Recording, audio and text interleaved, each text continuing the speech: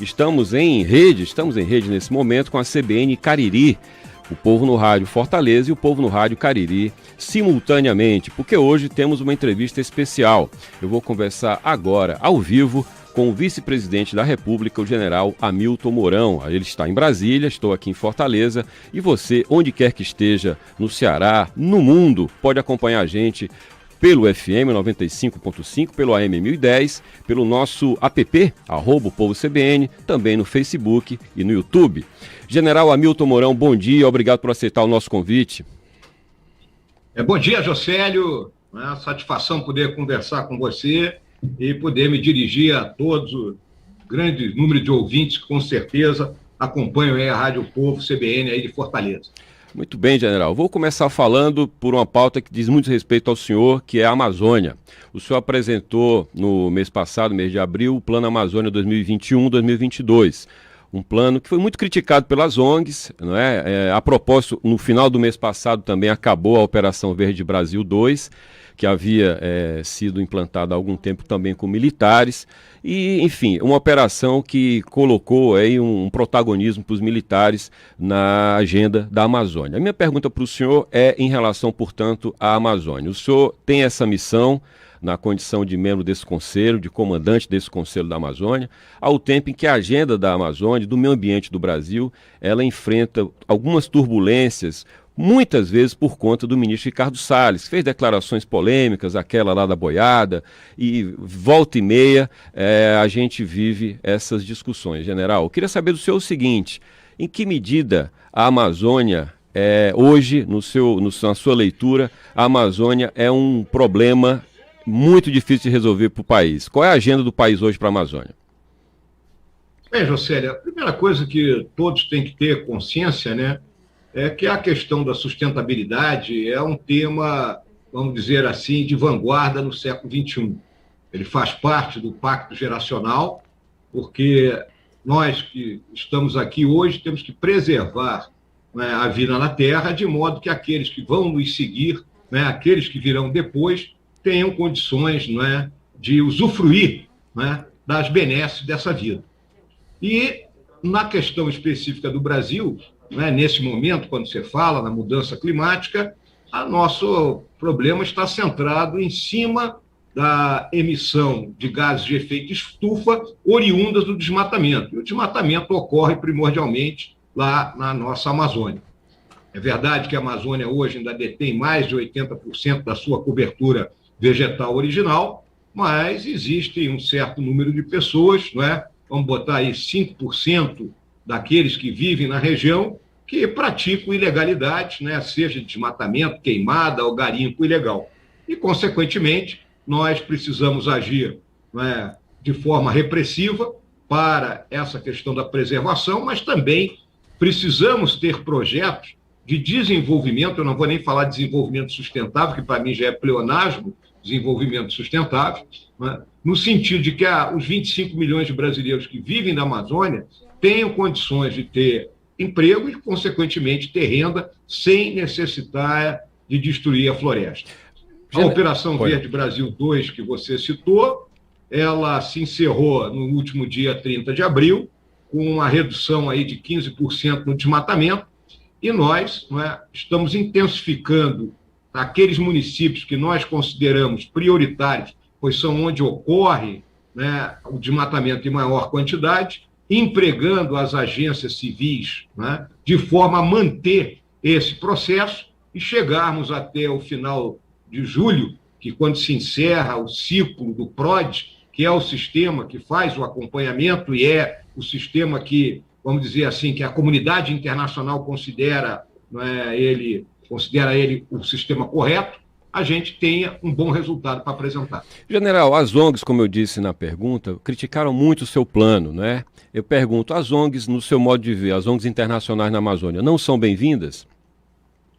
Olha, existem ONGs que fazem um trabalho muito bom, mas existem outras, né, que você nota efetivamente que o recurso que ela recebe, 80% vai para atividade meio, ou seja, para pagar salário, viagem, ou seja lá o que for, e só 20% vai para aquilo que é a finalidade específica dela, né? Consequentemente, isso se você tiver uma empresa, vamos dizer assim, que funcione dessa forma, essa empresa vai à falência, né? Essa é uma realidade. Então, eu não sou, né, nem tanto ao mar, nem tanto à terra. Eu julgo que, né, aquelas ONGs, né, que fazem um trabalho que substitui ou coopera, né, com o Estado em determinadas áreas remotas, elas são bem-vindas. General, ainda sobre a Amazônia, o presidente Bolsonaro fez um pronunciamento naquela conferência do clima que foi provocada pelo presidente Biden, em que fez um discurso, mas logo em seguida o governo reduziu os recursos para o meio ambiente, né? A gente pediu dinheiro internacional, ao mesmo tempo reduzimos os recursos. A minha pergunta para o senhor é, em que medida, general, o senhor diria que a gestão do Ministério do Meio Ambiente, ela tem cometido, digamos, ela tem patinado, né, nesse esforço que o senhor demonstra fazer no seu conselho? Olha, Josélio, o Conselho Nacional da Amazônia Legal ele tem uma função de coordenar e integrar, né?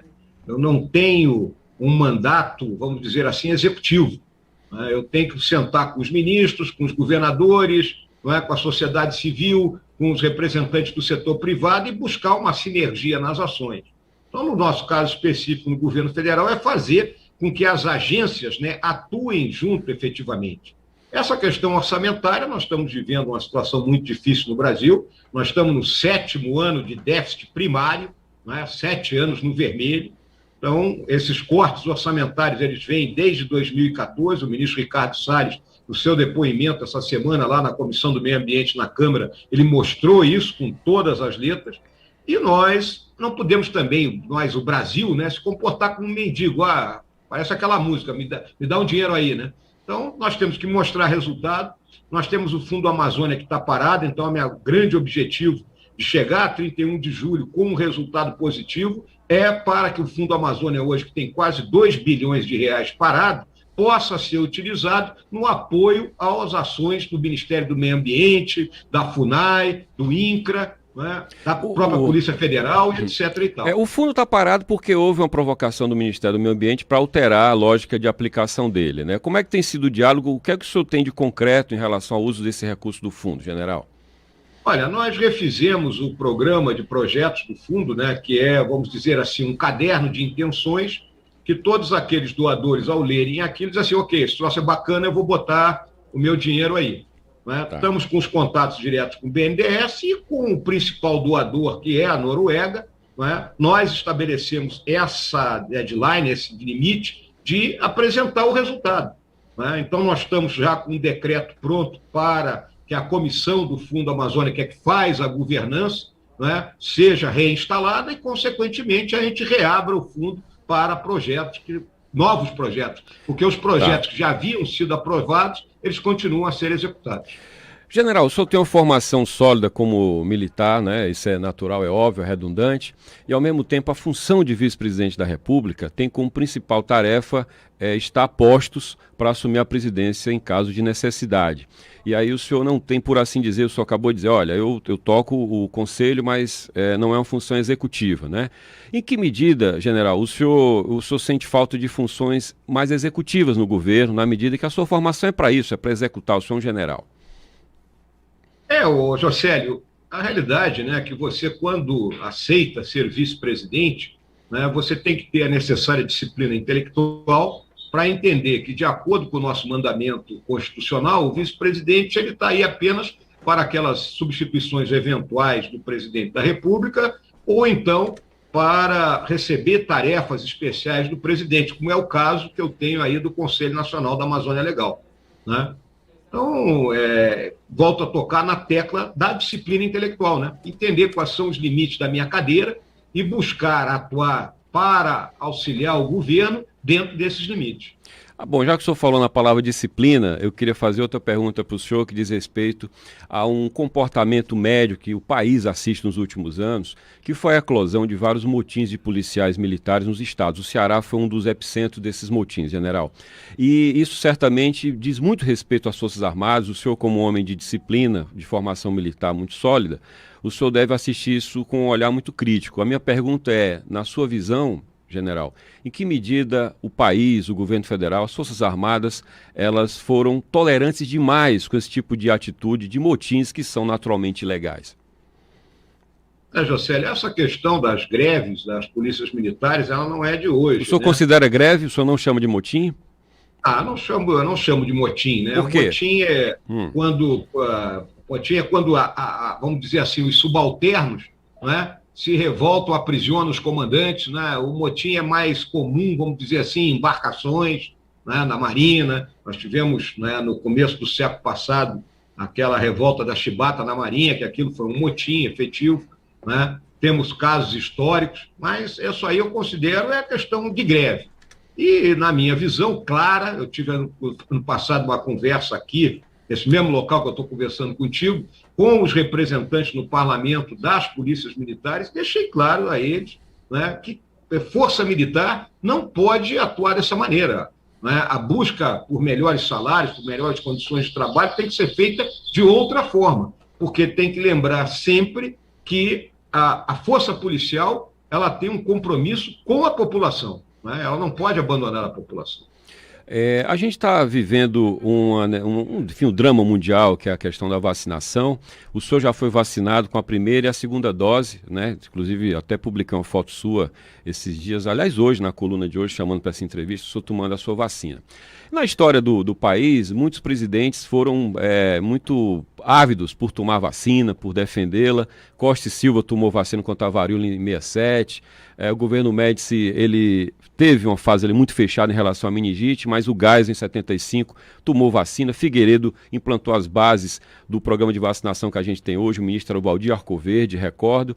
E aí eu pergunto ao senhor, o presidente Bolsonaro ainda não tomou vacina, tem uma atitude muito cética em relação a isso. O que é que o senhor tem dito para o presidente? O senhor tem conversado com ele? O que é que o senhor pensa dessa atitude do presidente em relação à vacina? Olha, Josélio, normalmente, né, eu sempre digo que não é ético você comentar, eu como vice-presidente, comentar atitudes do presidente. Tudo bem. A única coisa que eu posso te dizer, né, é que o presidente ele argumenta, né, um argumento dele que eu acho que é factível, né, que ele, como líder principal, né, ele vai esperar que todos se vacinem para só depois ele ser vacinado. Né? Tipo assim, já que está faltando, vai alguém na minha frente, né? Porque se tivesse vacina para todo mundo, né, desde um primeiro momento, eu acho que ele estaria, né, já teria sido vacinado. Então, mas ele deu declarações assim céticas, né, general?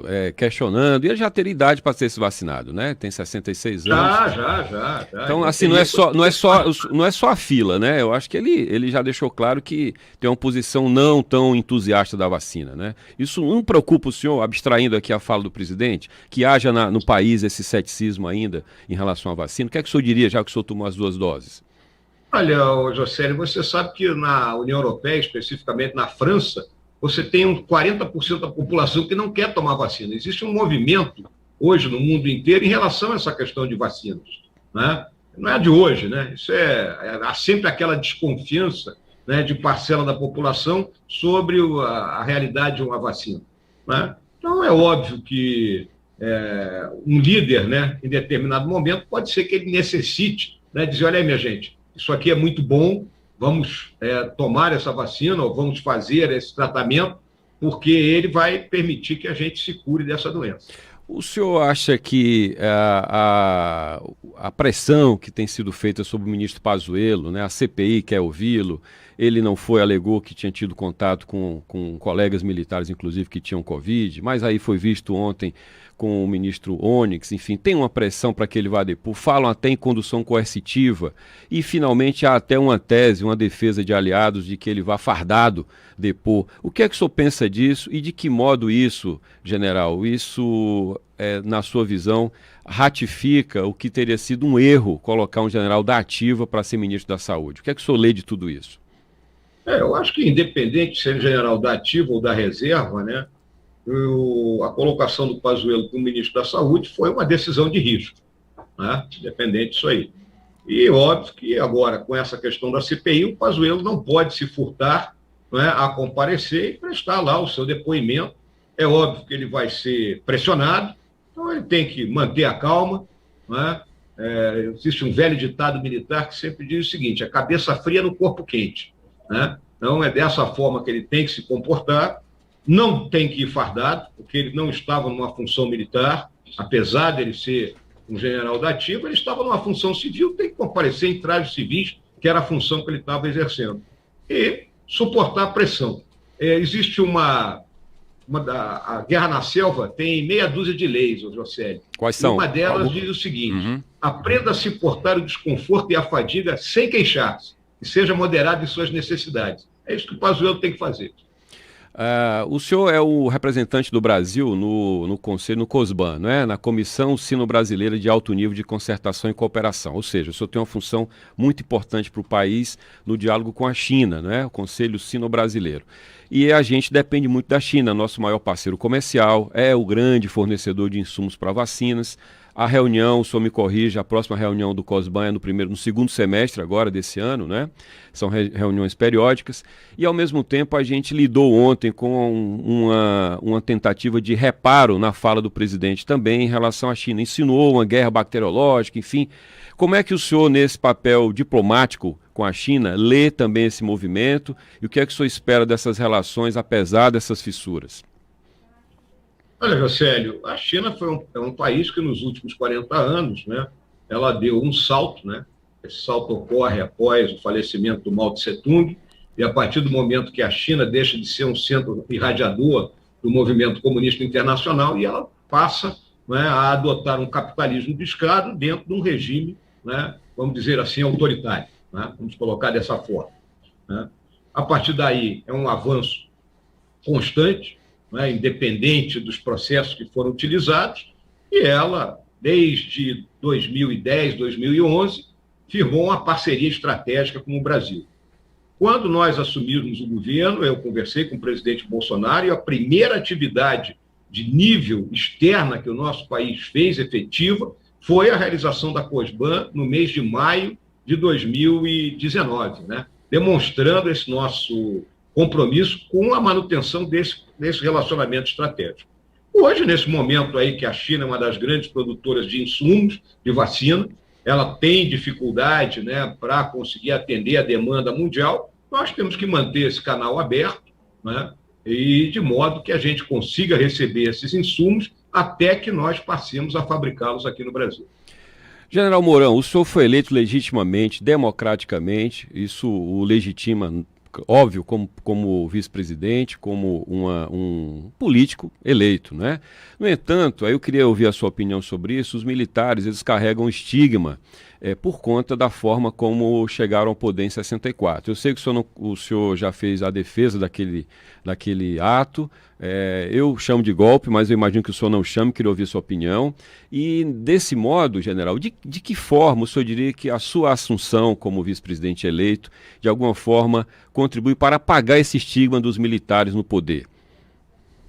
Olha, Josélio, eu sempre digo, né, que a gente tem que estudar a história dentro de uma sequência, né, de uma trajetória de causas e efeitos, né? O movimento de 64, ele foi o ponto culminante de intervenções militares desde a proclamação da República. Se você analisar, né, e a passagem do período de presidentes militares para aquilo que se convencionou chamar de Nova República, ali em 1985, foi a única transição da nossa República feita sem ruptura, né? Foi a única transição pacífica. E se você olhar, né, a República foi uma ruptura, 30 foi uma ruptura, 37 foi uma ruptura, 45 foi uma ruptura, 64 foi uma ruptura, e 85, né, o Figueiredo saiu pela porta dos fundos, vamos dizer assim, né? Lamentavelmente, o Tancredo faleceu, o presidente Sarney assumiu, e a partir daí, né, estamos tocando, né, nos últimos 36 anos, né, o nosso país. Né? É óbvio que, né, a partir dali de 2013, com os protestos que começaram a ocorrer, né, o estamento militar apareceu aos olhos da população com gente capacitada ou, vamos dizer assim, com a expectativa de que poderia, né, fazer avançar a agenda de modernidade no nosso país, a agenda de reformas, e por isso houve essa votação, não só no presidente Bolsonaro, mas na minha pessoa que estava acompanhando, né, o presidente da chapa, assim como outros, né, companheiros aí foram eleitos, né, para o parlamento. Então, isso é um processo, é um momento da vida política brasileira, né, mas eu sempre coloco muito claramente que nós temos que ter, né, muito tato nisso aí para manter a separação entre a política e os quartéis.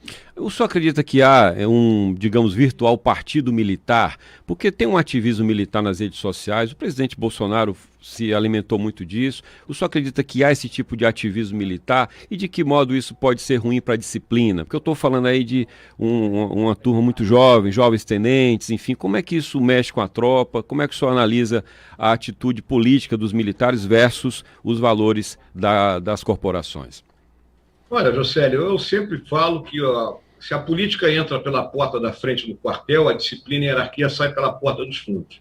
Nós conversamos sobre isso no começo aí, né, sobre a questão das polícias militares. O problema das polícias Sim. militares está muito ligado à influência política dentro das mesmas, né? As Forças Armadas, em particular o Exército, que é onde eu pertenci, né, procuraram se manter isoladas disso aí, sem interferência no sistema de promoções e coisas dessa natureza. E nós temos que continuar a agir dessa forma, né?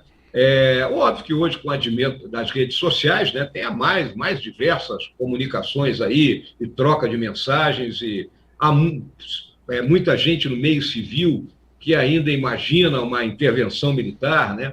Mas eu sempre digo, isso aqui não é Mianmar, né? O Brasil é um país extremamente complexo, é uma sociedade complexa, não adianta querer olhar para o passado de 60 anos atrás e achar que ele vai se repetir. Eu tenho uma visão de que nós temos que, por aproximações sucessivas, né, buscar eleger os melhores para os cargos, né, não só de direção, mas os cargos legislativos, né? Temos algumas mudanças, né, no nosso sistema político que precisam ser feitas, mudanças no sistema econômico. O nosso judiciário precisa entender quais são os limites, né, das suas decisões, né? Então, eu acho que isso é um processo, né? É um processo que a sociedade, se ela se juntar, se ela se unir, ela tem condições de levar avante. O STF se excede demais na sua visão, general? O senhor Algumas falou agora nos decisões, limites, né? Principalmente decisões monocráticas, né? Algumas delas, na minha avaliação, elas ultrapassam os limites, né? Eu acho que naquele momento o ministro poderia dizer, olha, isso aí não é um assunto meu, toma de volta aí para vocês resolvam isso aí, né? Então, mas isso é um processo. Tá. Esse processo, a sociedade é que tem que cobrar, pressionar, e a partir daí as pessoas se adaptarem. Pela sua maturidade e pelo seu grau de relacionamento na tropa, o senhor já se deparou com a necessidade de dissuadir um colega general de algum pendor golpista na sua carreira recente? Nada, em absoluto, né? Talvez o pai e já no poder, e já no palácio, o senhor se deparou com isso? Sim, nada. A geração militar que existe aí, não é uma geração que entende perfeitamente o papel das Forças Armadas, a missão constitucional, não é? E se prepara para cumprir essa missão. É óbvio que aqui dentro do nosso país existe, né, dentro da Constituição, né, aqueles dois aspectos da garantia da lei e da ordem, que levam as Forças Armadas a, em determinados momentos, serem chamadas para intervir em determinados estados, como o exemplo do Rio de Janeiro, que nós já entramos lá N vezes, chegando ao ponto de intervir na segurança pública total do Rio de Janeiro, né? E também tem aquela sensível missão de garantia dos poderes constitucionais. Sim. É uma missão que sempre tem algum tipo de interpretação tanto quanto enviesada. O senhor ficou chocado, como grande parte do país ficou, com essa operação militar, não, operação policial no Rio de Janeiro, ontem, com 25 mortos. O senhor ficou chocado com o resultado dessa operação? Olha, Josélio, o que ocorre no Rio de Janeiro, né, é que essas narcoquadrilhas, eu chamo de narcoquadrilha, é uma guerrilha urbana, fortemente armada, né? Você imagina o seguinte, como é que você tem em determinadas áreas de uma cidade um grupo armado com armamento, vamos botar aqui naquela linguagem que vocês da imprensa falam muito, armamento de guerra, né? Com granada, com fuzil, né? e impedindo a presença do Estado lá dentro. A polícia entrou para cumprir mandatos, né, que estavam ligados à exploração de menores pelo tráfico de drogas. Na entrada, um policial recebe um tiro na cabeça de um bandido que estava instalado em cima de uma laje. Isso aí é a mesma coisa que a gente tivesse combatendo num país inimigo. É quase a mesma coisa, né? Então, consequentemente, né, a partir daí houve esse combate de encontro, né? E eu tenho quase que absoluta certeza, não tenho todos os dados disso, que os mortos eram, né, os marginais que estavam lá armados, enfrentando a força da ordem. O senhor é candidato ao Senado pelo Rio Grande do Sul, no ano que vem? Olha, Josélio, isso é uma possibilidade, né? Sempre digo que eu fui eleito junto com o presidente Bolsonaro, e a minha visão é acompanhá-lo até o último dia do mandato, não deixá-lo só. A propósito disso, o presidente namora o PRTB, que é o partido ao qual o senhor é filiado. Partido que tem uma conotação bem familiar, né, do Levi Fidelis, que morreu há pouco tempo, a família comanda o partido. O senhor diria que de 0 a 10, qual a chance de Bolsonaro ir para o seu partido, o PRTB? Olha, eu deixei essa decisão na mão do partido, né? Eu não procuro me imiscuir nas decisões partidárias, né? A Executiva Nacional está debatendo esse assunto, eu vejo com uma grande... Não vou dar um grau nisso aí, mas vejo com uma possibilidade bem, bem grande isso aí. Muito bem. General, portanto, o senhor é um pré-candidato ao Senado e o presidente Bolsonaro é um pré-colega de partido seu. A situação é essa. Estamos falando de iminências apenas, né? Sim, isso aí são, vamos dizer assim, sonhos de uma noite de verão, José. Tudo bem. Muito bem. General, muito obrigado pela nossa conversa, pela entrevista, pela sua atenção. Desejo boa sorte, então, aí nas suas funções. Muito obrigado. José, eu que te agradeço, né, as perguntas, a forma como você conduziu essa entrevista. Estamos sempre à disposição aqui na vice-presidência. Um grande abraço para os meus amigos aí do Ceará, em particular aí de Fortaleza, que eu tenho muita gente que conviveu comigo ao longo de toda uma vida. Tá bom? Um abração. Muito obrigado, um abraço. Eu conversei com o vice-presidente da República, o general Hamilton Mourão.